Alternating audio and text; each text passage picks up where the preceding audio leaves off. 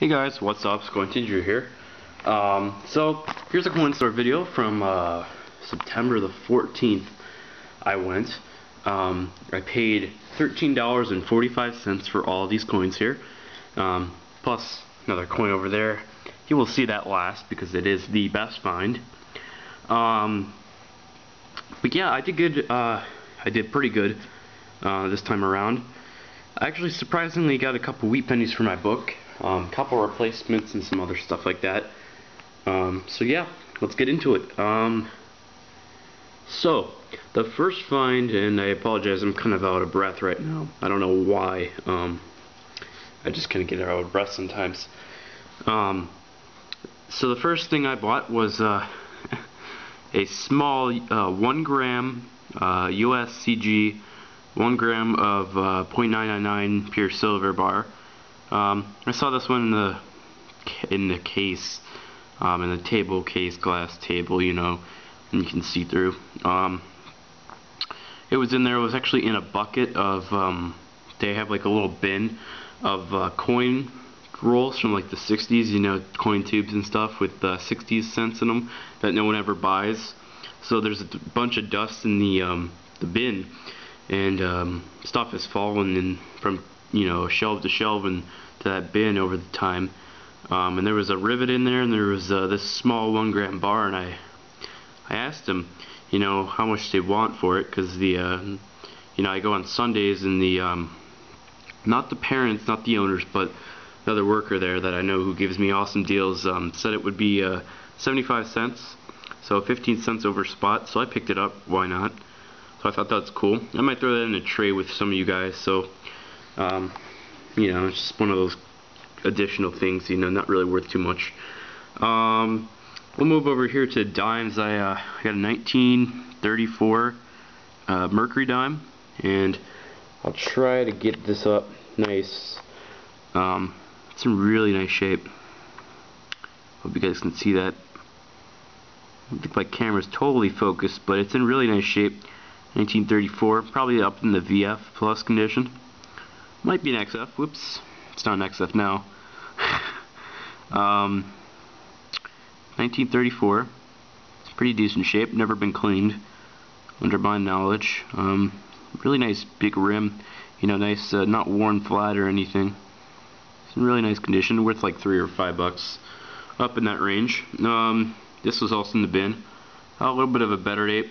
1934. It's a D. They only made 6 million of these. So it's probably a G to VG. Probably up in the VG range. And then another Mercury I bought. These were all $1.50 a piece because silver dropped to $18.60 some cents I last saw. This is 1924. It's a little bit tarnished and stuff. Might have had some oil cleaning at one time, but I don't think so. 24. And it is a D. Kind of a smaller mint mark, actually. It's a very nice coin, though. I don't have that one. It's a more of an uncommon date. You don't really see 24Ds all the time, especially the cent version. 24D's the one of the semi-keys, or the lower mintages of the series. And then there was a different bin that wasn't at the display case or anything. I ask them every so often because they have bins back in the you know, back on the counter and stuff where they buy stuff. They have it back beyond the shelves and stuff that's not up for display usually.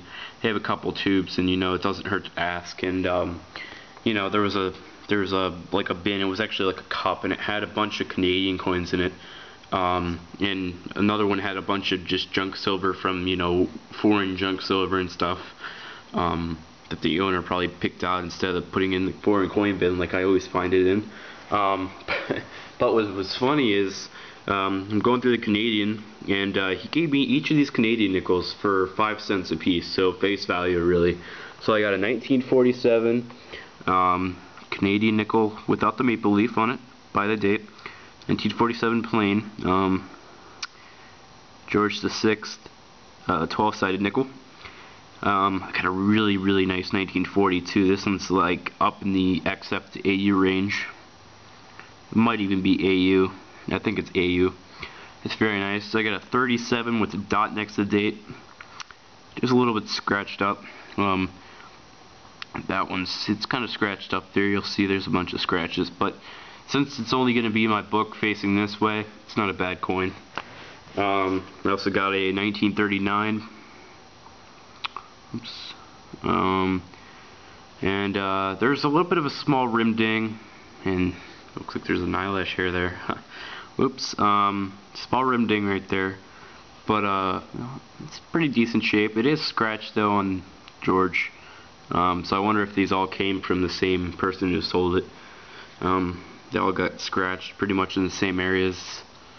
And then there was this one in here. There was a 1923 George 5. A little bit of a small rim ding, and there are some scratches on George, but you know, it's a good filler piece. It's nothing anything big, and I got it for 5 cents. So there was a 1930 and a 1931 in there that I might go back in a couple weeks and grab.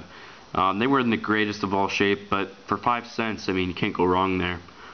And then this was also in the bin with the Canadian stuff. It didn't really fit in there. I just picked it up because it was neat, and I didn't really know what it was. It's an 1875 10 ore. It's very, very small. It's like half the size of a half dime, which is really sweet. It's from Denmark. It says Denmark, but it's actually Denmark. You know, it's just their way of spelling out their country, I guess, on their coins or whatnot. It's in 1875. It's in really nice shape. A little bit of dirt down there, but that doesn't really affect the value or anything. And it's a 10 ore. It's in really good shape for an 1875. I don't know how to grade these, but I'd say it's probably like an XF, maybe even an AU. It hasn't been cleaned or anything, and I didn't know it at the time. He gave it to me for 25 cents, but believe it or not, it's actually silver. It's not. I thought it was going to be nickel. It doesn't really look like silver. It's not even reeded. Most silver coins are reeded, not, you know, flat. So I thought that was really sweet. They go for, actually they made 1.3 million of them, I think. I found some source that said 207,000 or something, so I'm not sure which to believe. I think the 1.3 is probably more likely of a mintage. They were going on eBay. They're going on eBay for like $60 to $100 in that condition. However, they are not selling for that. Honestly, they're only selling from between like $1 to like $5. But you know, for a quarter, I can't say I really did, you know, wrong. I mean, there's 12 cents of silver in here already, so actually I wonder, I don't know if there's a gram of silver in here. I think there might be. I think it's like 80% or something in there. You can see the size difference here. I don't know if there's a gram or not. Plus you have to account for the there's probably about a gram in here. You have to account for the you know, the other metals that are in it too. And then for wheat pennies, I was going through the wheat penny bucket. Literally, there's a big, huge, like, I don't know, kind of like those pretzel buckets, you know, like a big, you know, kind of bucket. I don't know, probably like 10 inches, 12 inches long, maybe a foot. That, you know, it's not a pretzel bucket. It's just like a normal bucket, but it kind of looks like the pretzel buckets, if you know what I'm talking about. And there's always, you know, different wheat pennies and stuff like that in there. And you know, I always ask to go through it, and I did find some good ones this time around. As you guys have seen in my previous videos, I pulled out a 09 VDB 11D in there, 12s, 13s, 14s, you know, literally everything. And this time I did end up pulling out a coin I needed, so I'll get to that. So the first coin I got was a 1933. This is about $1, worth about $1 in this condition. These were 5 cents a piece, so whenever I see a 33 in there, I usually grab it. I have like 7 of them now. It's funny because a year ago, before I even knew about this, I only had 1. Before I actually knew about this bin. I grabbed this. This is a 28D. It's more of a, probably an uncommon date, but it's nothing rare or anything. I just need it for another one of my 1909 to 1940 books I'm trying to fill. This is a really nice one. This is a 1915D. And man, the condition is just shocking. It's probably like a VF or something. Probably up in the VF range, yeah. It's a 15D. Wheat ears are really strong, especially on that side. I don't know if it would be an XF, but it's definitely a VF. And then probably the best coin, definitely. And I was thinking about this the night before I went. Picked this up all on the 14th of September. And I was thinking about this on the 13th of September because I was popping in a coin in my book. And I remember that I needed a 1918S. Bob's Digging It sent me one that he dug that was bent and probably in G condition and all discolored and all that stuff last year in around August, I think, somewhere around then, of 2013. And I was thinking about the night before, you know, I really do need to get another 1918S that's, you know, isn't damaged or anything. And look at this.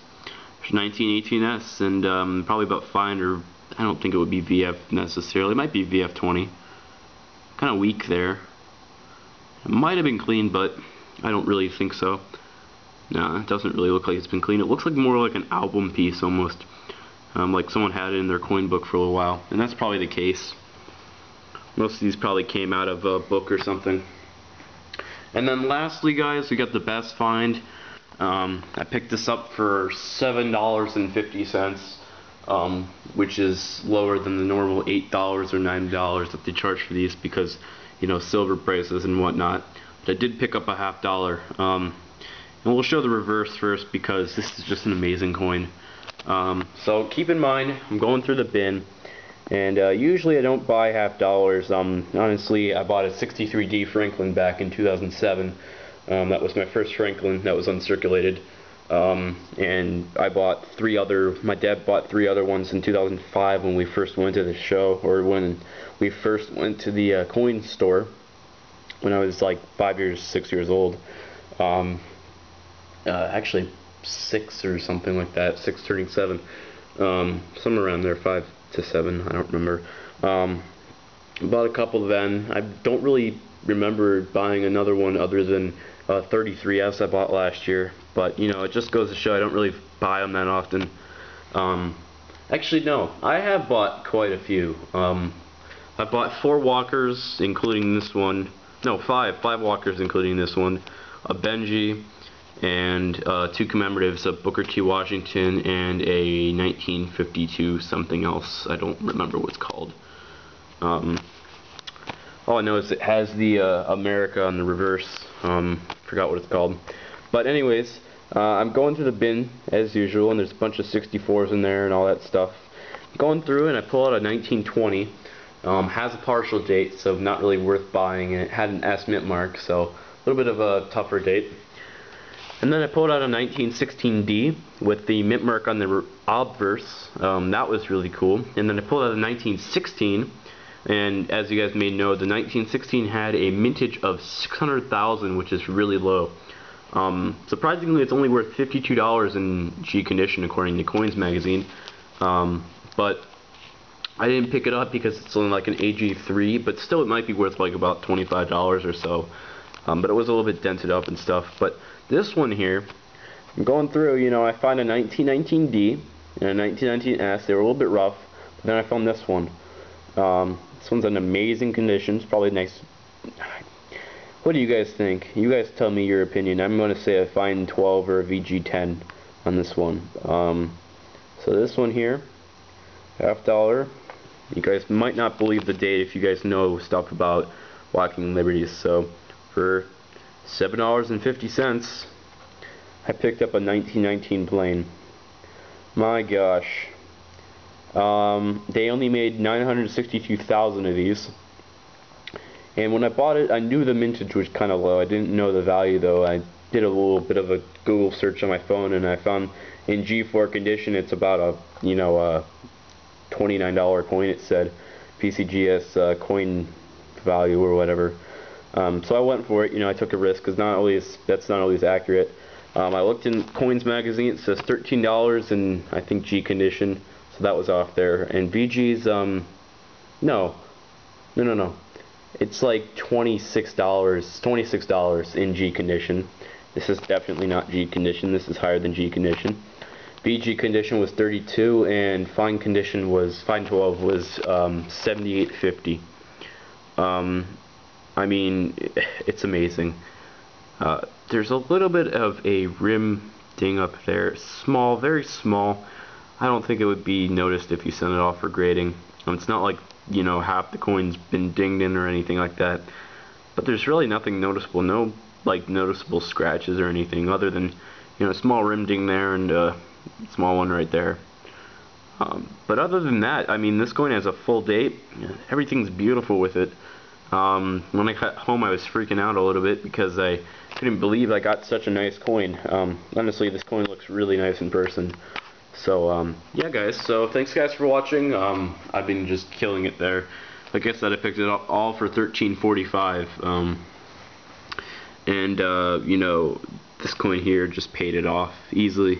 So I got all this for free plus more, technically, if I was to go sell this. So yeah, guys, tell me your opinion, what you think this coin grades at. I'm going to call it a fine 12, but, you know, it might be a VG10. Might be a VG8. Might even be a fine 15. I don't think it's a fine 15, though. It's definitely not VF. There's just not enough detail in it for it to be a VF. But, yep, that is it, guys. So thanks, guys, for watching, and happy hunting, guys, and I'll see you guys later.